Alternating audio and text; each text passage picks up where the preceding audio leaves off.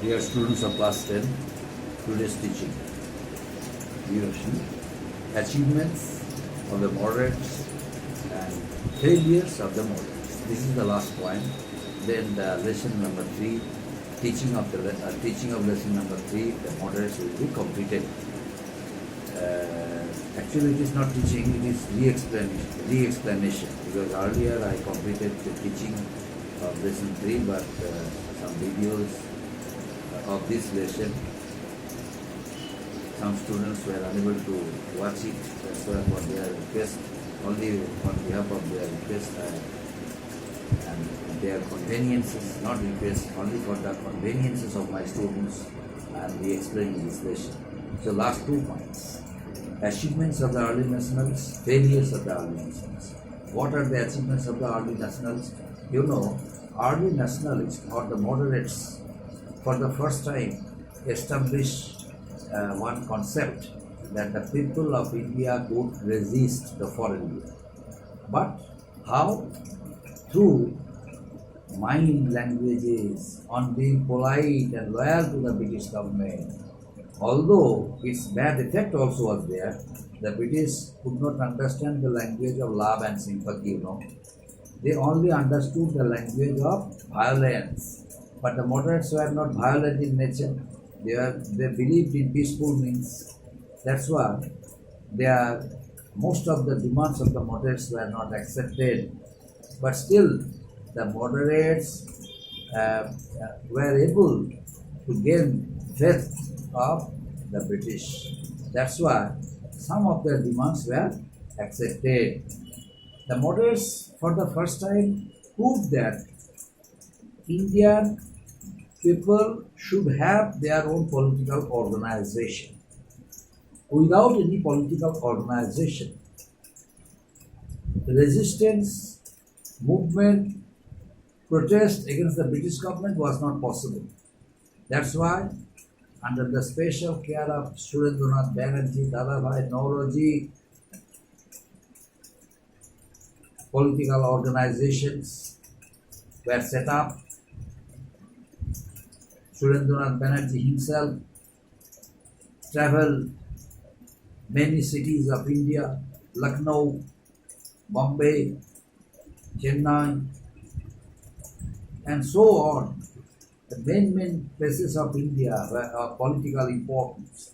Surendranath Banerjee visited there and conducted meetings, and he delivered its good speeches before the people of India in order to draw the attention of the people against the unjust rules of the British government. And he was able to make them understand the unjust rule of the British government and their policies. And besides, the educated people of India, not almost all, but some of them, they responded to the call of the moderates and became a part of their movement, became a part of their program. So the moderates created political awareness among the Indians for the first time. Political awareness that we belong to our country, we have right to rule our country. That idea for the first time moderates established. And another one, the moderates were able to increase the number of seats in the provincial legislative council and in the imperial legislative council. And the concept of election means for the first time the element of election was introduced among the Indians by the British. An element of election was introduced by the British for the first time. And another one, for the first time the British also accepted the demands of the moderates that budget should be discussed and questions could be put. Questions can be raised. Budget could be discussed and questions could be put, and questions could be raised. And another thing that is the Indian Civil Service exam, which was held in England, under the request of the moderates, the British accepted the demand, and according to that system, the British agreed to conduct and Indian civil service exam both from England and India, and the age also was increased to 21. Appointment of Elway Commission. What was the aim of appointing Elway Commission? To look into the expenditure of the English civil servants in India. And another one, that is appointment of the Public Service Commission. It was also done for the cause of removing dissatisfaction of the Indians. So these are the important achievements of the early nationalists. And what are the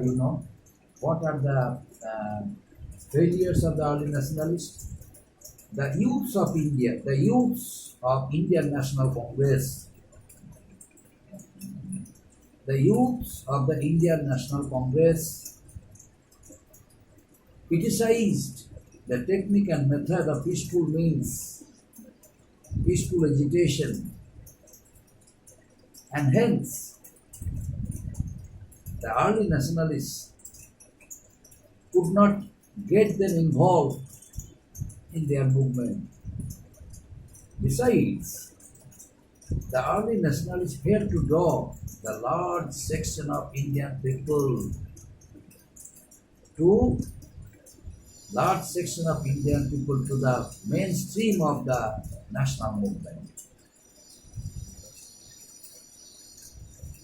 Their field of influence was limited to Indian educated people, some urban Indian educated people. Their leadership was confined by the particular professional groups like lawyers, teachers, doctors, journalists, etc., etc. So the early nationalists failed to gain the faith of a large section of Indian educated people and youths of the Indian National Congress.